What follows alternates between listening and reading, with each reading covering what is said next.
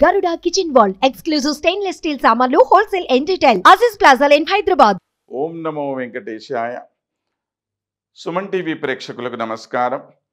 సాక్షాత్ శ్రీస్వరూపిణి అయినటువంటి గోదాదేవి ఈ భూలోకానికి కలియుగంలో విచ్చేసి మనందరినీ కూడా ఉద్ధరించడానికి అనుగ్రహించినటువంటి అద్భుతమైనటువంటి గ్రంథరాజం తిరుప్పావై అనేటువంటిది. శ్రీవ్రతం అని చెప్పి దీనికి పేరు. ఆ తిరుప్పావైలోని 2వ పాసురాన్ని మనం ఈరోజు అధ్యయనం చేసుకుంటూ ఉన్నాం.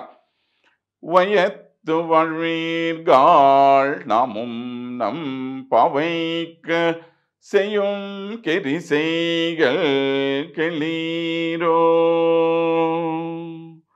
பார்க்கடலுள் பயத்து என்ற பரமன் அடிபாடி நெய்யுண்ணோம் பாலுண்ணோம் நாட்கால் நீராடி மயிட்டெழுதோம் மலரிட்டு நாம் முடியோம் செய்யாதன செய்யோம் திக்குறளை சென்றோதோம் ஐயமும் பிச்சையும் ஆந்தனையும் கை காட்டி உய்யுமாறெண்ணி உகந்து எலோ ఎంబావాయ్. ఎప్పుడైతే పరమాత్మని పొందాలి అనేటువంటి ఒక కోరిక మన మనస్సుల్లో ఆవిర్భవించిందో అప్పుడే మనందరం కూడా గొప్ప శ్రీమంతులం అయిపోతాడట.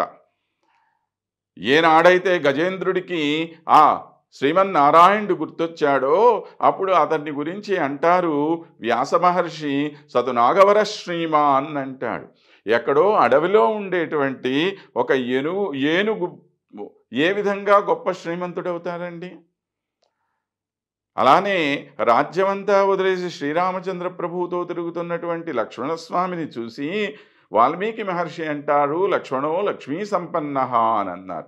ఎందుకని అనంటే పరమాత్మని పొందాలి అనేటువంటి కోరిక ఎప్పుడైతే మన మనస్సుల్లో కలుగుతుందో అప్పుడంతా మనందరం గొప్ప శ్రీమంతులమే అయిపోతాం. దానికి డబ్బుతో పనేమీ లేదు. ఇది నిజమైనటువంటి ఐశ్వర్యం. డబ్బు ఈరోజు వస్తుంది, రేపు పోతుంది. కానీ శాశ్వతంగా ఉండేటువంటి ఐశ్వర్యం అంటూ ఏదన్నా ఉంది అనంటే అది పరమాత్మ యొక్క సాన్నిధ్యం అనేటువంటిదే. నాముం నం పావైక్. మనమందరము కూడా ఇవాళ ఒక వ్రతాన్ని చేయబోతున్నాము కదా. ఈ వ్రతం చేయాలి అనంటే దానికి కొన్ని నీతులు నియమాలు అంటూ ఉంటాయి కదండి. ఏమిటి ఆ నీతులు నియమాలు అనంటే ఏది మనం చెయ్యాలి, ఏది చెయ్యకూడదు, ఇవన్నీ మనం తెలుసుకొని ఉండాలి. అంటే డూస్ డోంట్స్ అంటుంటాం కదా మనం. కాబట్టి ఏవి చేయవలసినటువంటివి, ఏవి చేయకూడనటువంటి పనులు అనంటే మొట్టమొదటి మనం చేయాల్సిన పని ఏమిటయ్యా అంటే అదిగో ఆ పాల్కడల్లో పడుకొని ఉన్నటువంటి ఆ స్వామి యొక్క పార్కడలు పయ్యత్తు ఇంద్ర పరమన్ అడిపాడి అన్నారు. అంటే అక్కడ పవళించి ఉన్నటువంటి ఆ పరవాసుదేవమూర్తి ఎవరైతే ఉన్నారో ఆ శ్రీమన్నారాయణుడి యొక్క పాదాలకు మనం ముందుగా నమస్కారం పాడదాం. ఆ స్వామి యొక్క మంగళం పాడదాం మనం. ఇది మొట్టమొదటగా మనం చేయవలసినటువంటి పని. తరువాత నెయ్యున్నోం పాలున్నోం అన్నారు. అంటే మేము పాలు తాగం, నెయ్యి తాగము. ఎందుకని? వీటి ద్వారా మన శరీరం బాగా పుష్టిగా తయారవుతుంది కదా. కానీ అలా పుష్టిగా ఉంటే భగవానుడు మనల్ని చూసి ఏదోలో క్యాషువల్గా వచ్చేసాడు ఇతను అని అనుకుంటాడు. కానీ నిజంగా నా మీద ప్రేమతో ఇతను వచ్చాడు అని చెప్పి అనుకోవాలి అంటే నీ ముఖంలో కొద్దిగా దీనత్వం ఉండాలి, నీ శరీరంలో కొద్దిగా కృషించినటువంటి భావం ఉండాలి. ఎప్పుడైతే ఇవి కనపడతాయో అప్పుడు పరమాత్మ అనుకుంటాడు అయ్యయ్యో పాపం చూడు నా కోసం ఎంత దూరం నుంచి ఎంత శ్రమపడి ఇక్కడికి వచ్చాడో అని చెప్పి ఆయన అనుకొని మనల్ని దగ్గరికి తీసుకుంటాడు. కాబట్టి ఆ విధంగా దగ్గరికి తీసుకోవాలి అంటే ఇవన్నీ మనకు వద్దండి. అంతేకాదు ఇవి రెండూ కూడాను వాళ్ళకి ఇష్టమైనటువంటి శ్రీకృష్ణుడికి బాగా ఇష్టమైనటువంటి పదార్థాలు.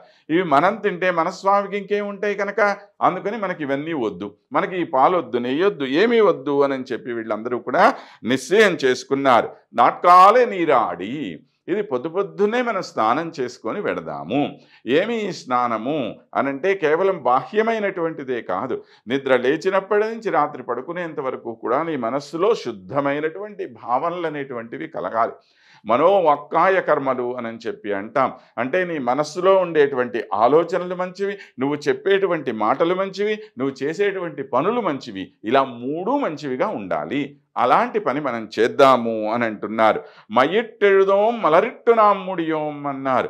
మనము కంటికి కాటుక పెట్టుకోం, తలలో పూలు పెట్టుకోము. ఎందుకని కాటుక పెట్టుకోము అనంటే ఈ కాటుక అనేటువంటిది ఒక జ్ఞానానికి సూచన అయినటువంటిది. అంటే కాటుక పెడితే కన్ను బాగా విప్పారుతుంది అని చెప్పి మన పెద్దలు చెప్తుంటారు కదండి. కాబట్టి అలాంటి జ్ఞానం అనేటువంటిది కూడా మాకు అక్కర్లేదండి. అది కూడా పక్కన పెట్టేస్తాం మేము. ఎందుకని? మాకు కావలసింది కేవలం శుద్ధమైనటువంటి భక్తి ఒక్కటి ఉంటే చాలు. తిరుప్పావైలో మీకు జ్ఞానం భక్తి 2 కూడా కలిసి ముందుకు పోతూనే ఉంటాయి. అయినా సరే ముందు గోపికలు మాత్రము భక్తికే ప్రాధాన్యతనిస్తూ ఉన్నారనమాట. అలాగనే మాకు ఏ విధమైనటువంటి భోగభాగ్యాలు వద్దు. ఇలా పూలు పెట్టుకొని సింగారించుకోవటం ఇదంతా కూడాను ఒక గొప్ప ఐశ్వర్యానికి, మనలో ఉండేటువంటి అలంకార ప్రియత్వానికి సూచన అయినటువంటివి. కాబట్టి అవన్నీ కూడా మాకు అవసరం లేదు అని చెప్పి అంటున్నారు. చెయ్యాదన చెయ్యం. ఏదైతే చెయ్యాలని చెప్పన్నారో వాటినే చేస్తాం. ఏది చెయ్యకూడదు అన్నారో వాటిని చెయ్యం. మేము అనవసరమైనటువంటి పనులు చెయ్యము. అంటే ధర్మం చెప్పినటువంటి మాటల్ని మేము చక్కగా పాటిస్తూ ఉంటాము. తిక్కురలై శెన్రోదోం అని అన్నారు. ఎవరితోనూ కఠినంగా మాట్లాడం, చక్కగా మాట్లాడటం అనేటువంటిదే నిజమైనటువంటి ధర్మము అని చెప్పి మన పెద్దలు చెప్తారు. సత్యం బ్రూయాత్ ప్రియం బ్రూయాత్ న బ్రూయాత్ సత్యమప్రియం ప్రియం చ నానృతం బ్రూయాత్ యదేశ ధర్మ సనాతనః అని అన్నారు. మీరు చక్కని మాటలు మాట్లాడాలి, సత్యం మాట్లాడాలి, ప్రియం మాట్లాడాలి. సత్యమని చెప్పి అప్రియం చెప్పకూడదు, ప్రియమని చెప్పి అసత్యం చెప్పకూడదు. ఎవరైతే ఈ సూక్ష్మాన్ని తెలుసుకుని ముందుకు పోతారో వాళ్ళే నిజమైనటువంటి ధర్మాన్ని తెలిసినటువంటి వాళ్ళు అని చెప్పి మనకి ధర్మశాస్త్రాలన్నీ ఘోషిస్తున్నటువంటి విషయం. కాబట్టి అందరూ చెప్తున్నటువంటి ఈ మాటని మనందరము కూడాను చక్కగా పాటించవలసినటువంటి విషయం ఉన్నది. అయ్యముం పిచ్చయం ఆందనయ్యం కైకాటి. చాలా ఆనందంగా అందరికీ కూడా, అంటే బిచ్చగాళ్ళకి దానం చేస్తాం, గొప్పవాళ్ళు వస్తే వాళ్ళకి గౌరవపురస్సరంగా దానం చేస్తాం. అంటే అది దానమే, ఇది దానమే. అక్కడ వారి యొక్క పాండిత్యాన్ని చూసి దానం చేయటము, ఇక్కడ వారి యొక్క దారిద్ర్యాన్ని చూసి దానం చేయటం, ఇవి 2 కూడా మేము సంపూర్ణంగా చేస్తాము. ఆ చేసేది కూడా ఎలాగా? శ్రియాదేయం హ్రియాదేయం శ్రద్ధయాదేయం అశ్రద్ధయాదేయం అని చెప్పి అంటుంది మనకి ఉపనిషత్తు. నువ్వు ఇవ్వండి, బాగా ఎంత ఇవ్వాలి అంటే సిగ్గుపడుతూ ఇవ్వమన్నారు, గర్వపడుతూ ఇవ్వమని చెప్పట్లేదు మనకి. నేను ఇంత పెద్ద దానం చేశానని ఎప్పుడూ మనం చెప్పుకోకూడదు.